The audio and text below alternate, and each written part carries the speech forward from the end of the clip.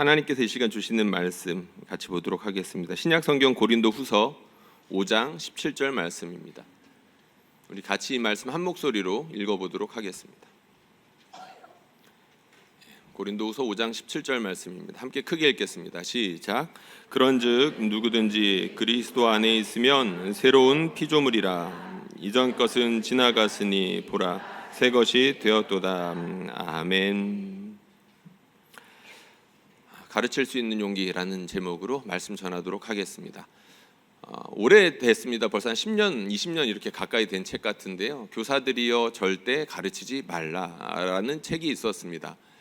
제목이 굉장히 당황스럽죠. 교사들한테 가르치지 말라고 하니까요. 그러면 교사는 뭘 해야 할까요? 사실 모순이 되는 제목입니다. 교사는 가르치는 사람이죠. 그런데 이제 가르치지 말라고 하는 건 그만큼 힘주어서 무엇인가를 말하고 싶은 것일 겁니다. 아마 많은 분들이 이 책을 읽어보셨을 테고, 특별히 이제 선생님으로 섬기는 분들은 추천도서로 예전에 많이 읽어보셨을 거라는 생각이 듭니다. 주제는 간단합니다. 사랑해야 된다라는 이야기입니다. 우리 아이들을 사랑하지 않고서는 진짜 권위가 서지 않는다. 참된 목자장 되신 예수님을 따라서 우리 자녀들을 사랑해야지 그렇지 않고서는 교사 노릇할 수 없다라는 짤막하지만 굉장히 임팩트 있는 책이었던 것으로 기억을 하고 있습니다. 그리고 가르칠 수 있는 용기라는 책이 있습니다. 이 책을 아마 보신 분들은 아마 이 앞에 책보다는 좀 드물 것 같습니다. 아마 읽어보신 분들이 한 몇몇 분들은 계실 것 같은데, 워낙 유명한 책이고 실제로 교사들에게는 고전이기도 한 그런 책입니다. 파커 파머라는 분이 이제 쓴 책인데요. 이 책에서 제목 자체가 굉장히 우리한테 도전을 주죠. 가르칠 수 있는 용기. 제목이 사실 말을 다 하고 있습니다. 가르치는데 용기가 필요하다는 겁니다. 가르치는 자리 자체가 그렇다라는 이야기겠죠. 가르칠 때 용기가 필요하다. 가르칠 때 용기가 필요하다. 여러분, 21세기 대한민국은 교권이 추락한 시대입니다. 어느 학교를 가건 심지어 교회 학교에도 마찬가지일 거란 생각이 드는데, 교사라고 해서 그것만으로 권위가 세워지는 시대는 지난 지 참 한참 되었습니다. 안타까운 이야기이고 속상한 이야기이지만 현실이 그렇죠. 그래서 더 용기가 필요합니다. 누군가는 이 일을 해야 되기 때문이죠. 누군가는 이 앞에 서서 가르치는 역할을 해야 된다는 겁니다. 우리의 자녀들에게, 다음 세대들에게 우리가 앞서서 배워왔던 지혜와 경험들을 전달해줄 누군가는 꼭 필요한데, 그 권위는 이미 추락해버렸고 권위는 없으니 기술만 남은 이런 시대 가운데에서 참된 권위를 가지고 용기를 가지고 가르칠 사람이 필요하다라는 뜻일 겁니다. 이 책에 보면 저자가 어떤 이야기를 하냐면, 많은 교사들이 낙심하고 있다라는 이야기를 시작하면서부터 합니다.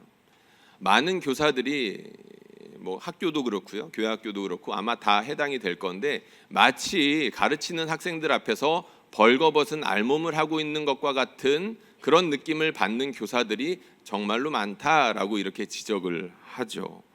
역시 가슴 아픈 이야기입니다. 그러면서 이런 이야기를 합니다. 한번 화면 띄워주시면 좋겠는데요. 이러한 상처로부터 자신을 보호하기 위하여 학생으로부터, 학과로부터, 심지어 자신으로부터 도망친다. 우리는 내적 진실과 외적인 연기 사이에 높은 벽을 쌓고 교사라는 역할을 연기한다. 마음이 깃들지 않는 말을 쏟아놓으며 스스로를 분열시킨다. 상처받는 게 두려우니까 자기가 사람들이랑 분열 이렇게 시키는 겁니다. 따로 떼어놓는 거죠. 나는 이거랑 상관없다는 겁니다. 심지어 내가 가르치는 학생들이랑도 상관없고, 내가 가르치는 내용이랑도 상관없고, 심지어 나랑도 상관없어라고 스스로를 이렇게 일정 정도 거리를 떼어놓으면서 상처받지 않으려고 한다는 거죠. 안타까운 이야기입니다. 교회 크게 다르지 않겠죠. 학교 선생님도 그렇고 교회 선생님들도 그렇고 크게 다르지 않을 겁니다. 목회자이든 교회학교 선생님들이든 가르치는 자리 그 자체가 굉장히 위태한 자리라는 거죠. 자기 자신을 드러낼 수밖에 없는 자리이기 때문에 더 그렇습니다. 내가 누구인지를 드러내지 않고서는 온전한 가르침이 불가능하기 때문에, 그렇지 않으면 위선적일 수밖에 없기 때문에 이 자리는 굉장히 균형을 맞춰야 되고 동시에 용기를 가져야 되는 그런 자리라는 거죠. 많은 경우가 우리를 자꾸 낙심시키려고 하고 있습니다. 많은 사람들이, 특별히 이제 많은 교사들이 스스로 낙심할 수밖에 없는 상황으로 몰려갈 수밖에 없다는 거죠.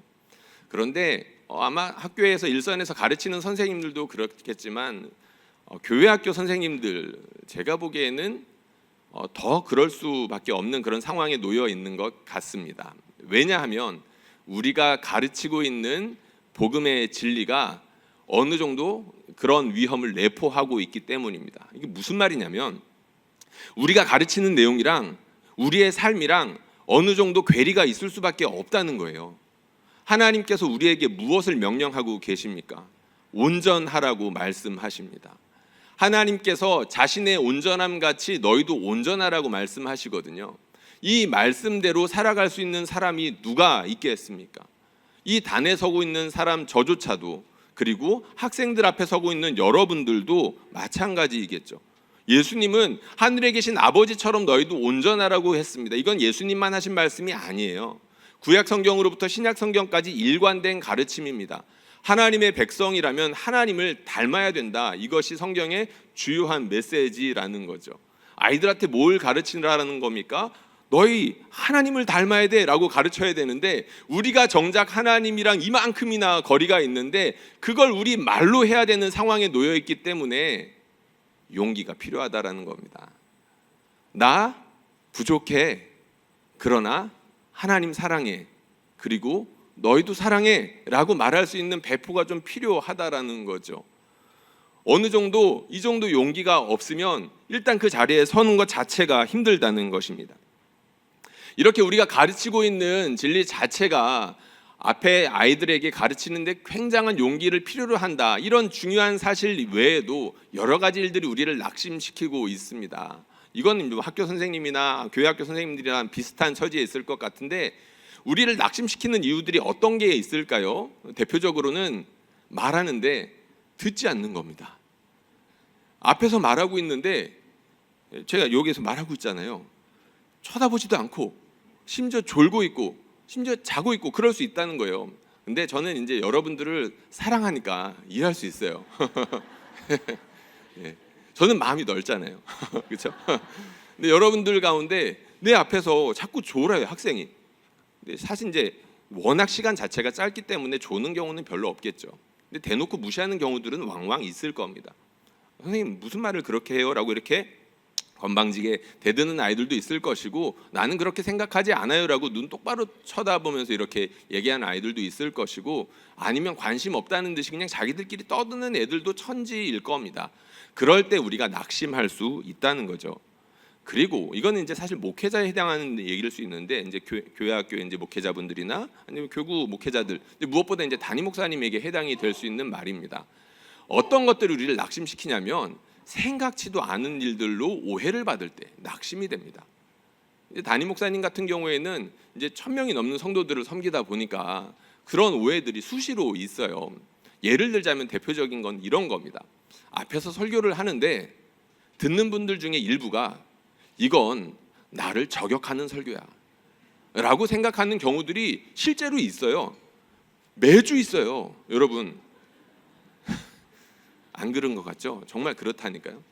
그리고 또 한 번은, 이것도 이제 자주 있는 경우라고 할 수 있는데, 목사님께서 1층에서 악수를 하시지 않습니까? 요즘에 이제 담임 목사님 보고 이제 자꾸 악수 흉내 내시는 분들이 있는데, 교회 이제 그만큼 이제 목사님이 좋다는 이야기겠죠. 악수 흉내를 낸다고 하니까.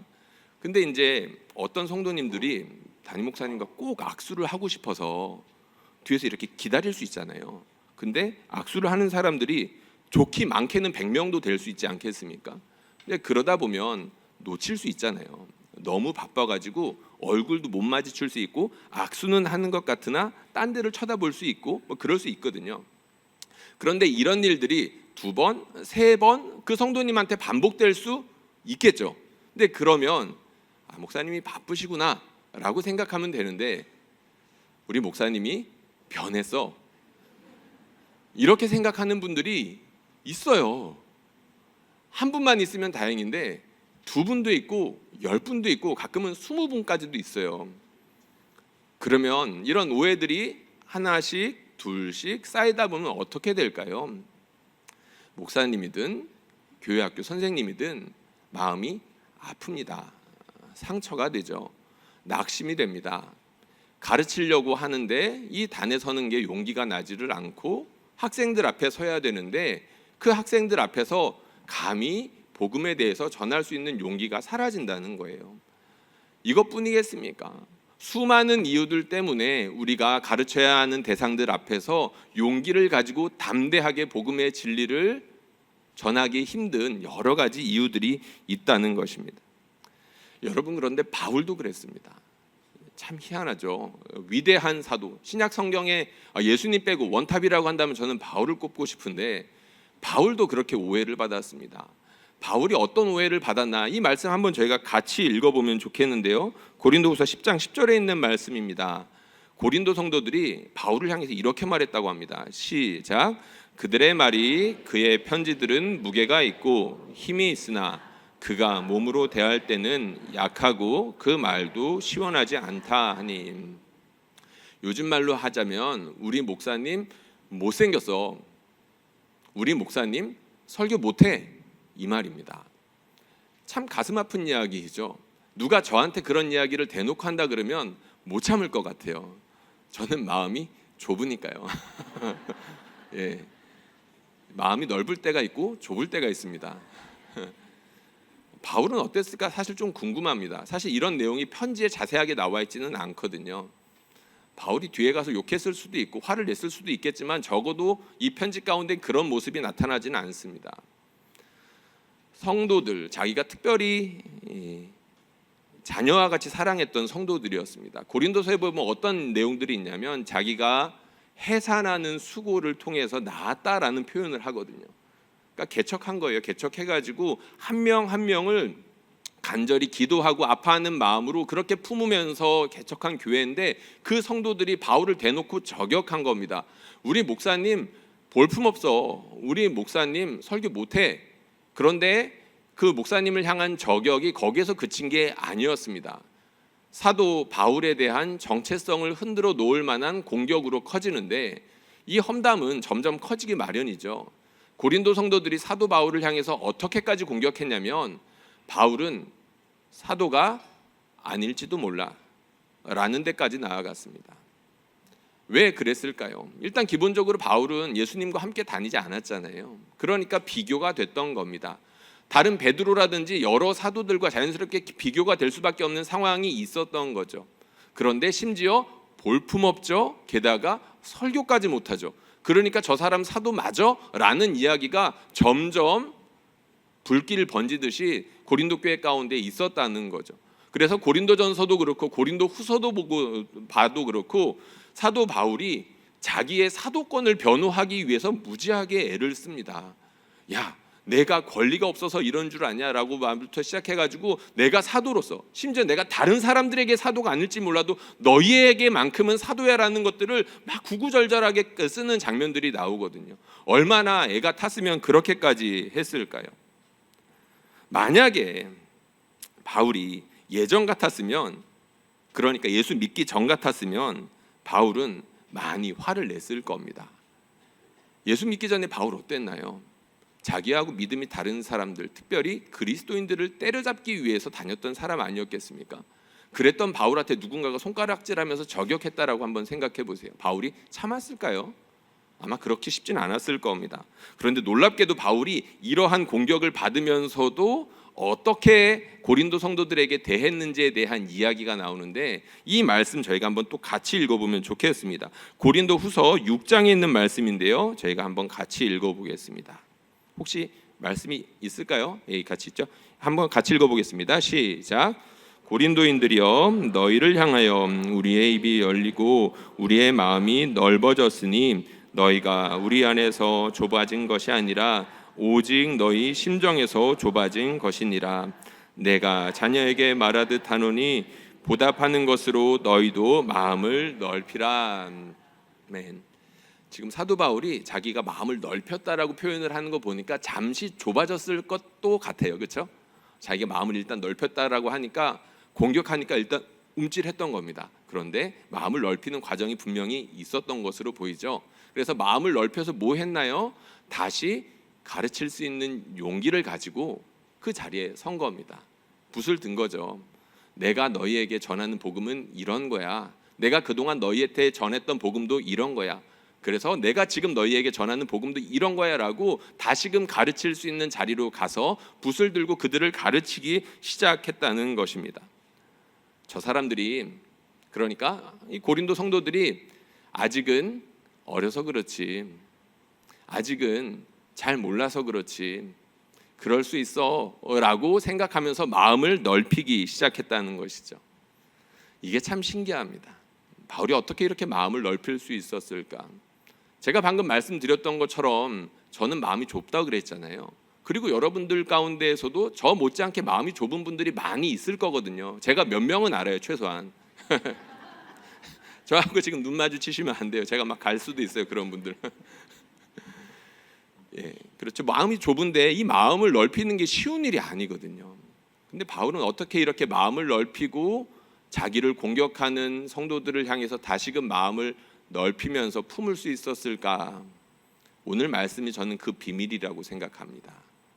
오늘 말씀 저희가 다시 한번 같이 읽어보면 좋겠는데요. 고린도후서 5장 17절 말씀 암송하는 분들도 아마 있을 겁니다. 이 말씀 한번 크게 한번 읽어보겠습니다. 시작. 그런즉 누구든지 그리스도 안에 있으면 새로운 피조물이라. 이전 것은 지나갔으니 보라 새 것이 되었도다. 아멘. 사도 바울의 편지를 읽다 보면 자꾸 뚝뚝 끊어지는 장면들이 나옵니다. 바울이 뭔가 논리적으로 말하는 것 같다가도 갑자기 논리가 연결이 되지 않고 뚝 끊어지는 장면들이 나온다는 거예요. 언제 그러냐면 예수님을 찬양할 때 주로 그럽니다. 자기가 예수님에 대해서 논리적으로 막 설명을 하다가 감동이 되는 거예요. 감격스럽고 이 편지 가르치려고 그리고 논증하려고 시작했던 편지인데 편지를 쓰다 보니까 찬양이 되고 시가 되고 노래가 되는 거예요. 그래가지고 자꾸 이렇게 뚝뚝 끊어지는 겁니다. 오늘 말씀이 그런 말씀들 중에서 대표적인 구절인데 그런즉 누구든지 그리스도 안에 있으면 새로운 피조물이라. 이전 것은 지나갔으니 보라 하면서 감탄하죠. 보라 새 것이 되었도다. 아멘. 이것이 고린도 성도들뿐만이 아니라 사실은 자기를 향한 고백이겠죠. 내가 예전 같았으면 너희는 다 죽었어 아마 그랬을 겁니다. 그런데 사도 바울이 고르고 고른 말이 이 말이겠죠.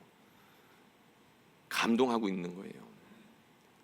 사도 바울이 그리스도 안에 있다 보면서 자기를 과거에 영광스럽게 만나주시고 현재도 자신의 심장을 부여잡으면서 강권하시고 장차 미래에 어떻게 될 것인지를 확신시켜 주시면서 자기와 함께 하시는 예수님 때문에 감격하고 있었던 것입니다.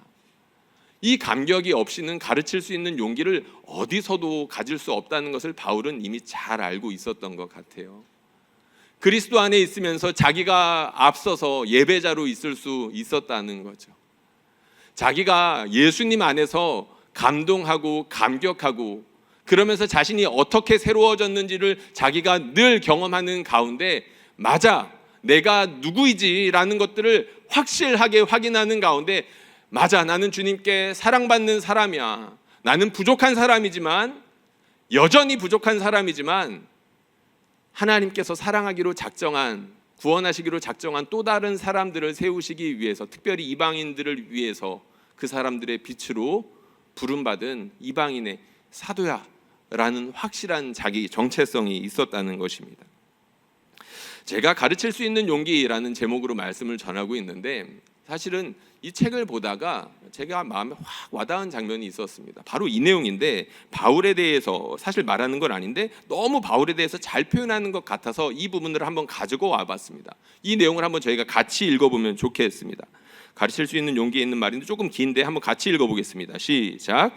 훌륭한 가르침은 교사의 확고한 정체성과 성실성에서 나온다. 나쁜 교사는 자신이 가르치는 내용과 자신을 격리시키고 그 과정에서 학생들과도 멀어진다. 반면 훌륭한 교사는 유대감을 만들어내는 능력이 있어서 자신의 자아, 가르치는 내용, 학생을 생명의 그물 속으로 한데 촘촘히 엮는다. 이러한 용기는 자신이 가진 마음의 크기보다 더 수용하도록 요구를 당하는 순간에도 마음을 열 수 있도록 이끌어준다. 분열되지 않은 자아는 좋은 가르침의 핵심이다. 분열되지 않는 자아는 인생 모든 경험을 존중하고 존중받을 수 있다. 자신, 학생, 가르침을 한데 묶을 수 있는 일관성과 결속력을 만들어낼 수 있다. 아멘 하고 싶은 그런 이야기입니다.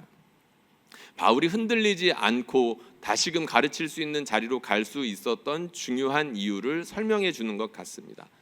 바울이 왜 그렇게 용기 있게 다시금 자신을 공격하는 성도들을 향하여서 마음을 열 수 있었을까요? 자기가 누구인지를 확실하게 알았던 겁니다. 내가 누구인지 알았습니다 라는 이야기 한번 들어본 적 있으실 텐데, 사도 바울은 자기가 누구인지를 너무나도 확실하게 알았던 거예요. 그리고 자기가 가르치는 내용답게 자기도 그 가르침에 맞게 살았다는 겁니다. 비록 자기는 부족하죠. 그 바울이 너무나도 잘 알고 있습니다. 자기가 온전치 못하지만 자기 앞에 있는 것, 그리스도께 붙잡힌 것을 자기도 잡기 위해서 죽을 때까지 달려간다라는 표현을 쓴 적이 있었죠. 빌립보서에 나오는 말씀입니다.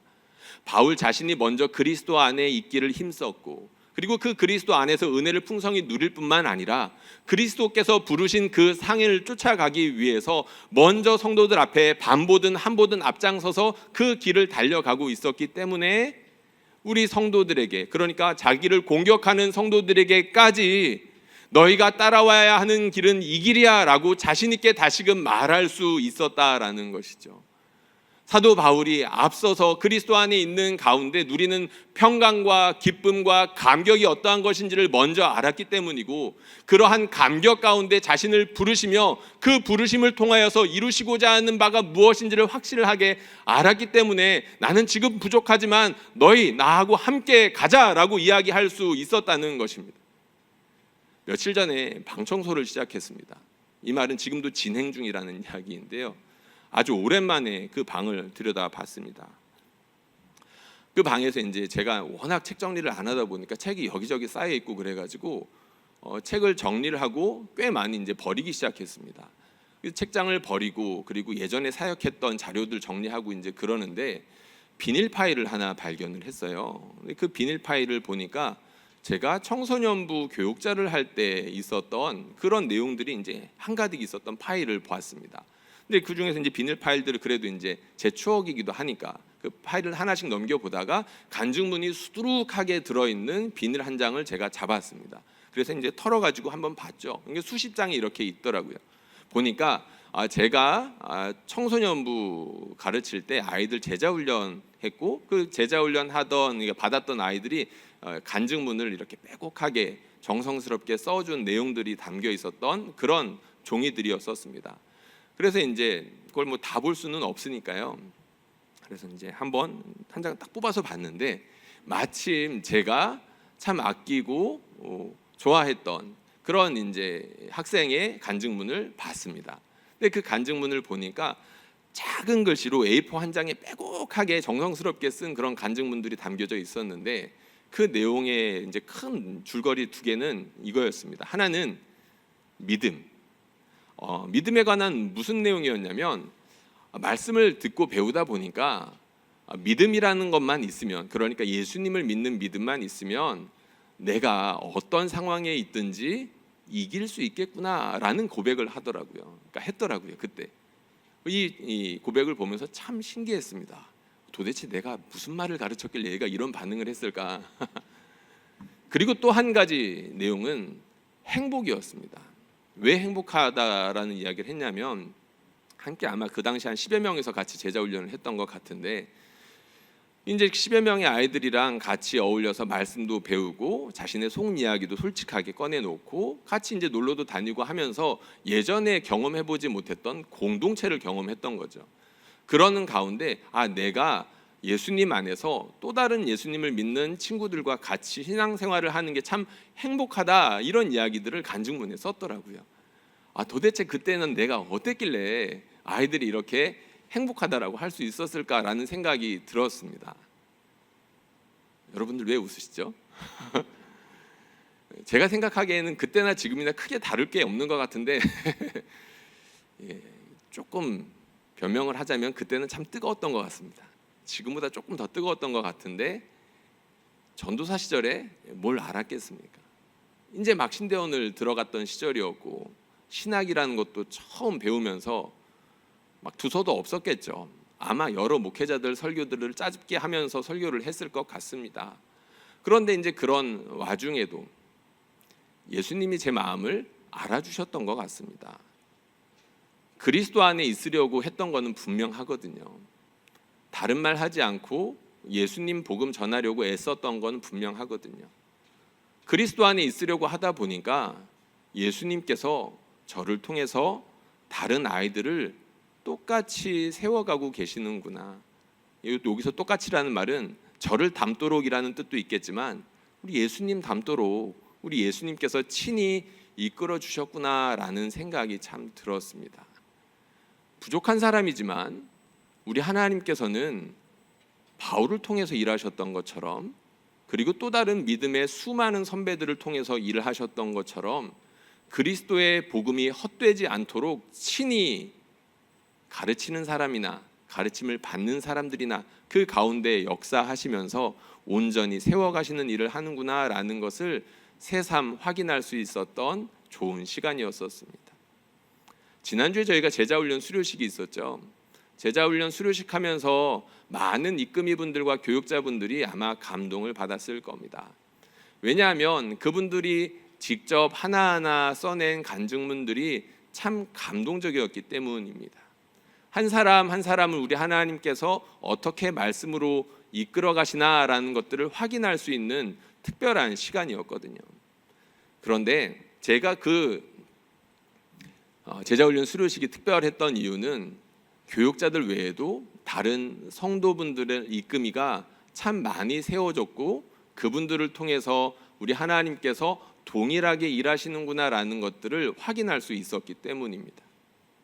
하나님이 목사를 통해서만 일하는 게 아니구나. 우리 하나님께서 그리스도 안에 있는 사람이라면 동일하게 그 사람들을 통해서 그리스도 닮게 하는 일들을 지금도 행하게 하시는구나. 그래서 그 일들을 행하는 사람이나 그 가르침을 받는 사람들이나 사도 바울이 했던 고백처럼 누구든지 그리스도 안에 있으면 새로운 피조물이다. 이전 것은 지나갔으니 보라 새 것이 되었구나라는 동일한 고백을 할 수 있도록 지금도 우리 주님께서 우리와 함께 하시는구나. 이것을 확인할 수 있었기 때문에 저에게는 너무나 특별한 시간이었습니다. 사랑하는 성도님들, 우리 주님께서는 지금도 그렇게 일하고 계십니다. 특별히 오늘 교회학교 교사 헌신 예배로 우리가 예배 드리고 있는데요. 모든 그리스도인들은 제자로 부름을 받았습니다. 그 제자는 그리스도를 닮기 위해서 부단히 노력해야 됨을 뜻하고요. 동일하게. 그리고 그 제자들은 또 다른 제자를 삼기 위해서 부름을 받고 있습니다. 특별히 우리 선생님들, 낙심하고 있는 분들이 있다면 잠깐 마음이 좁아져도 됩니다. 뒤에 가서 욕해도 됩니다. 그런데 계속 그러시면 안 됩니다. 사도 바울이 마음을 넓혔던 것처럼 우리도 다시금 그리스도 안에서 그리스도 안에 머물기 위해서 힘쓰고 예수 안에 있는 것만으로도 충분하다는 믿음 가운데 다시금 가르칠 수 있는 자리로 돌아갈 수 있어야 됩니다. 그리할 때 우리 주님이 믿음도 주시고 용기도 주실 겁니다. 그래서 여러분들을 통해서 우리 주님이 주님 닮은 사람들을 끊임없이 풍성하게 만들어내실 것입니다. 바라기는 저와 우리 교회학교 선생님들 그리고 우리 서울은행교회 모든 성도님들을 통하여서 이 일들이 풍성하게 일어날 수 있기를 주님의 이름으로 축원합니다.